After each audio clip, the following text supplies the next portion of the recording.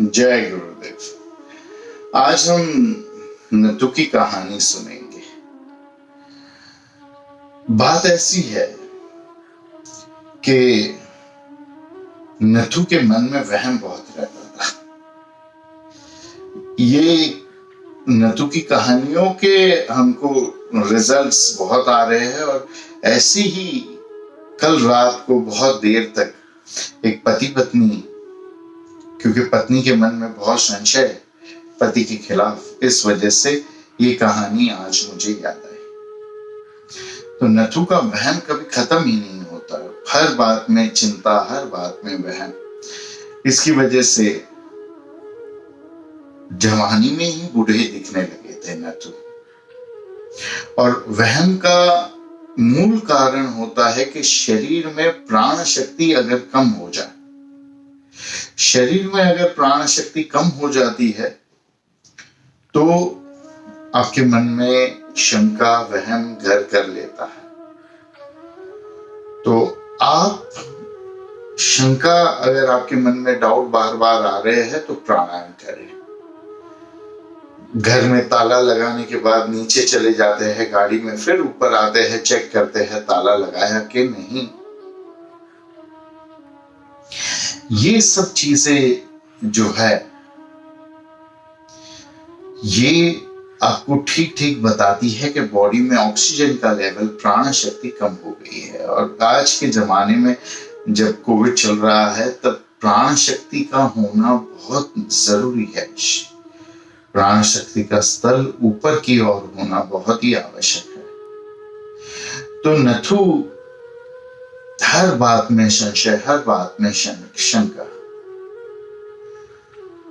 तो रात को क्योंकि मन में भय बना रहता है, शंका बनी रहती है, एक सपना देखा नथु ने कि एक सांप आके उनके छाती पे बैठ गया है। खिड़की में से वो निकला और आके उनकी छाती पे बैठ गया। और जैसे ही वो नथु को काटने गया, नथु भय के मारे चीख पड़े और वो चीखे, उन्होंने मुंह खोला और सांप मुंह के अंदर चला गया। और सपना इतना हकीकत की तरह दिखता है ना, क्योंकि ये जीवन भी, जिसको हम जीवन सत्य समझ रहे हैं, वो भी एक स्वप्न है। तो ये जीवन जितना हमको सच्चा महसूस होता है ना, कोई मारता है तो लगता है, दुख होता है, सुख होता है, आनंद आता है, ये सब चीजें जो है ये सपने में भी हम अनुभव कर सकते हैं, करते ही है। वो सांप चला गया पेट के अंदर और नथु की चीख जोर से चल रही थी। बाजू में पत्नी थी, उड़ गई। कहा क्या हुआ? कहा देखो देखो देखो देखो, पूंछ अंदर जा रही है, सांप मेरे पेट में घुस गया। बीवी ने कहा सपना देखा होगा, सो जाओ। नथु के मन में आया शायद सपना ही होगा। बोला नहीं, मैंने देखा खिड़की से आया। बीवी ने कहा एसी चालू है, कमरे का रंध रंध बंद है, ना कोई हवा बाहर से अंदर आ सकती है, ना अंदर की एसी की ठंडी हवा बाहर जा सकती है, कैसे बाहर से सांप अंदर आ जाएगा? कहा नहीं, पक्का मेरे को लगता है कहीं तो दिन में खिड़की तुमने खुली रखी होगी। कहा दिन में भी बेडरूम की खिड़की मैं खुली नहीं रखती हूँ, क्यों रखूंगी? बोला नहीं, मुझे यकीन नहीं आ रहा है, मैंने खुद अपने आंखों से देखा है सांप अंदर पेट में जाते हुए। बच्चे को उठाया, बहू को उठाया, पोते नाती। कहा पिताजी के मन में ऐसी संशय, शंका है। फिर बहुत दिन हो गए, डॉक्टर के पास गए, पेट में दर्द, मुंह से फेंट निकलना, खून निकलना, खांसी आना, सब संशय की वजह से सब होता रहा। हॉस्पिटल में गए, सोनोग्राफी करवाया। डॉक्टर ने सोनोग्राफी उनको दिखाई कि देखो कुछ नहीं है। बोला नहीं, मुझे पता है घूम रहा है पेट में, मुझे महसूस हो रहा है, क्योंकि शक की कोई दवाई नहीं होती है। डॉक्टर कुछ भी करे तो डॉक्टर ने कहा तुम दिमाग के डॉक्टर के पास जाओ, अपना इलाज कराओ। घर वाले पकड़ के साइकेट्रिस्ट के पास लेकर गए। साइकेट्रिस्ट ने दवाइयां देनी शुरू की भारी भारी, उससे और नींद आने लगी, भूलने लगा सब कुछ, क्योंकि साइकेट्रिस्ट की तो दवाएं बहुत खतरनाक होती हैं। तो फिर थक के कोई गुरु के पास लेकर गई नथु की पत्नी नथु को। योगानुयोग वो गुरु जो थे वो नथु के स्कूल के मित्र। तो गए तो कहा, क्या हुआ भाभी? नथु क्या हुआ, इधर आने की क्या जरूरत पड़ी? कहा कि इनको वहम हो गया है, सोनोग्राफी हो गई, साइकेट्रिस्ट की दवाइयां हो गई, उसके साइड इफेक्ट हो गए, पर इनके मन से जा नहीं रहा कि पेट में सांप है। आज 2-3 महीने हो गए, मन में यही रटन लगाया है पेट में सांप है, और परेशान खुद भी है और पूरे घर को परेशान कर रहे हैं। तो उस गुरु ने कहा नथु को कि तुम बाहर जाके बैठो। उनकी पत्नी से ठीक ठीक समझ लिया। फिर कहा, आप चिंता मत करो, इसके मन का संशय निकालने के लिए अब मुझे काम करने दो, 1-2 दिन में इसकी समस्या का मैं हल कर दूंगा। पत्नी ने कहा, अगर आप कर सकते हो तो बहुत उत्तम है, इससे बेहतर, इससे अच्छा कुछ भी नहीं होगा। तो उसने कहा, ठीक है, आप विश्वास करो, आप बाहर बैठो, उसको अंदर भेज दो। नथु अंदर आया। नथु को कहा, नथु मैं तेरे बचपन का दोस्त हूं, मैं जानता हूं कि तू सच बोल रहा है, बाकी सब ये लोग झूठ बोल रहे हैं। तू एक काम कर, मुझे पेट को छूने दे, मैं छू के बताऊंगा कि सांप है कि नहीं। कहा, तुम छूओगे तो काट लेगा तो? कहा, मेरे पास विद्या है, मैं जानता हूं सांप को कैसे शांत करना, कैसे सुला देना। उसने पेट में दबा के देखा थोड़ा थोड़ा, कहा, अभी मंत्र के माध्यम से मैंने सांप को सुला दिया है। तो कहा, नहीं अभी भी हिल रहा है। बोला, 2-3 मिनट हिलेगा, फिर उसको नशा चढ़ जाएगा, वो सो जाएगा। बोला, क्या बात है? हाँ, सांप सो गया। बोलता, हाँ सो गया, शांत हो गया। बोला, अभी ये सांप सोया रहेगा 4-5 दिन तक, लेकिन उससे पहले हमको इससे बाहर निकालना होगा। नथु ने कहा, तो तुरंत करो, अभी के अभी निकालो। बोला, ऐसे नहीं, कल सुबह या परसों सुबह ये निकल जाएगा।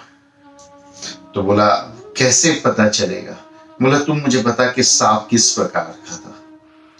नथु ने कहा, लगभग 6 फीट लंबा, 6-6.5 फीट लंबा था और काले रंग का था। बोला, ठीक है, काले रंग का सांप था ना, 6-6.25 फीट लंबा? बोला, हाँ। बोला, ठीक है, अभी तुम मुझे शाम को फोन कर या कल फोन कर, मैं तेरे लिए एक चूर्ण भेजूंगा।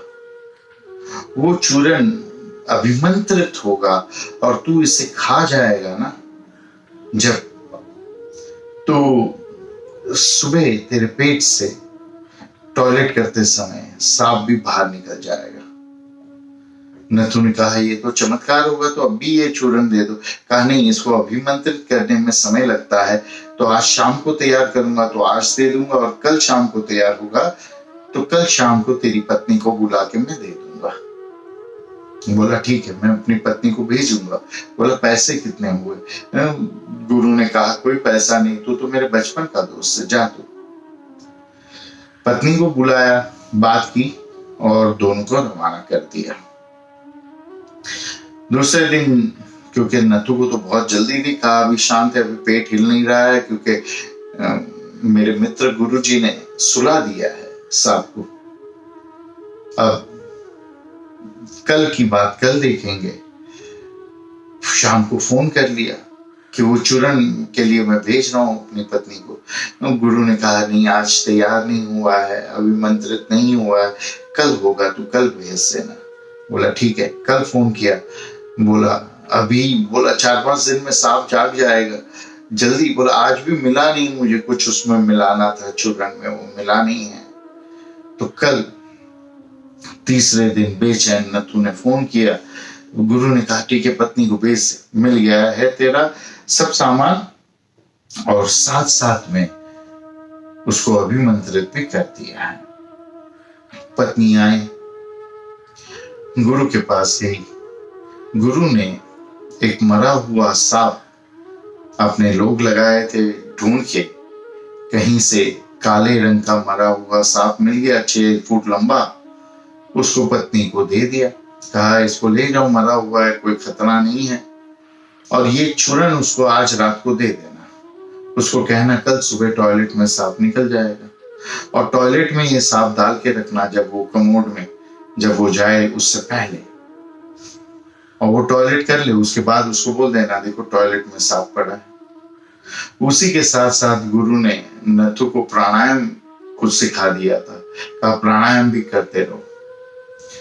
प्राणायाम करते करते करते मन तो धीरे धीरे शांत होने लगा, लेकिन इतना पुराना रोग संशय का, शंका का, इतना जल्दी तो जाएगा नहीं 2-4 दिन के प्राणायाम से, लेकिन माइंड पॉजिटिव होने लगा था। और फिर चूरन ले लिया, चूरन से पेट सुबह एकदम अच्छे से साफ हो गया, ऐसे जोर से साफ हुआ पेट के नथु को लगा पेट पूरा हल्का हो गया है। बहुत दिन से कब्ज चल रही होगी, इसके लिए पेट में कुछ ना कुछ हिल रहा होगा, उनको लग रहा होगा पेट में कुछ है। फिर साइकेट्रिस्ट की भारी भारी दवाइयां हो और तकलीफ दी होगी उसके पेट में, तो पेट हल्का हो गया। और फिर जब वो बाहर आए, फ्लैश करके बीबी चीखी, बोली देखो अंदर सांप पड़ा है, 6 फुट लंबा काला। नथु ने कहा देखो मैंने बोला था, और सब लोग दूर रहना, ये सांप सोया हुआ है, गुरुजी ने इसको सुलाया है। फिर नथु गया गुरुजी के पास। गुरुजी ने कहा तू प्राणायाम रोज कर, वरना वो सांप ने मुझे कहा है वो फिर से घुस जाएगा तेरे पेट में। नथु ने नियमित रूप से प्राणायाम करना चालू रखा, धीरे धीरे मन के संशय दूर हुए। नथु को तो योग्य गुरु मिल गया, उसकी सहायता करने को, उसकी मदद करने को। लेकिन अगर आपके मन में वहम घुस जाता है तो शायद आपको ऐसे मदद करने वाले गुरु ना मिले, सब लूटने वाले ही मिलेंगे। कोई ना कोई तरीके से आपके संशय का वो लोग पैसा बना लेंगे। तो आप कृपा करके सभी लोग नियमित रूप से प्राणायाम करना शुरू कर दो। हमारे चैनल पर, हमारे YouTube चैनल पर हमने हमेशा बताया है विविध प्रकार के प्राणायाम कैसे होते हैं। प्राण शक्ति शरीर में कम हुई तो अवश्य मन में संशय, शंका आती ही है। ठीक है, तो जो बताया है वो करिए, और इस ज्ञान को और हमारे चैनल को सबके साथ साझा करिए। हरिओम तत्सत।